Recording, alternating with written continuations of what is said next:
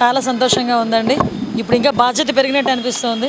ఎందుకంటే గత 5 సంవత్సరాల రాక్షస పరిపాలనలో ప్రజలు అల్లాడిపోయారు. ఈరోజు మేము ఏదో పోరాటం చేస్తున్నట్టుగా కాదు, ఓవరాల్ రాష్ట్ర ప్రజలందరూ కూడా 5 కోట్ల మంది ఆంధ్రప్రదేశ్ ప్రజలందరూ కూడా పోరాటం చేశారు, చిన్న పెద్ద అందరూ కలిపి.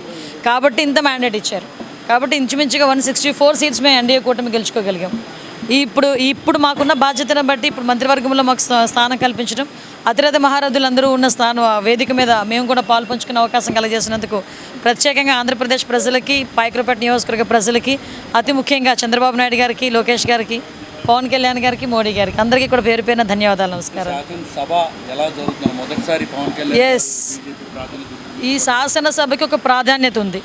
ఏదైతే శాసనసభలో నిండు శాసనసభలో అవమానపడ్డ ఒక దార్శనిక నాయకుడు చంద్రబాబు నాయుడు గారు ఆ రోజు కన్నీళ్లు పెట్టుకొని ఇది గౌరవ సభ కాదు కౌరవ సభ, మళ్ళా ఇది గౌరవ సభగా మారిన తర్వాతనే నేను ఇందులోకి అడుగు పెడతానని ప్రతిని పూనిన తర్వాత మళ్ళీ ఈరోజు అంతే మంచి మంచి మనుషులు, ఈరోజు ఒక నిబద్ధత కలిగిన మనుషులు, నీతి నిజాయితీ కలిగిన మనుషులు, అంతకు మించి శాసనసభని గౌరవించే మనుషులుగా మేమందరం కూడా ఈరోజు ఒక గౌరవమైన సభలో అడుగు పెట్టకపోతున్నాం.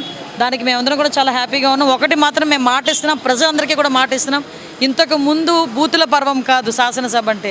ఈ శాసనసభ చూడండి, శాసనసభ అంటే ఇలా ఉండాలి అని మళ్ళీ మీరు మీ పిల్లలతో పాటు కూర్చొని చూపించుకునే విధంగా ఉంటుందని మాత్రం నేను తెలియజేసుకుంటున్నాను. Thank you so much.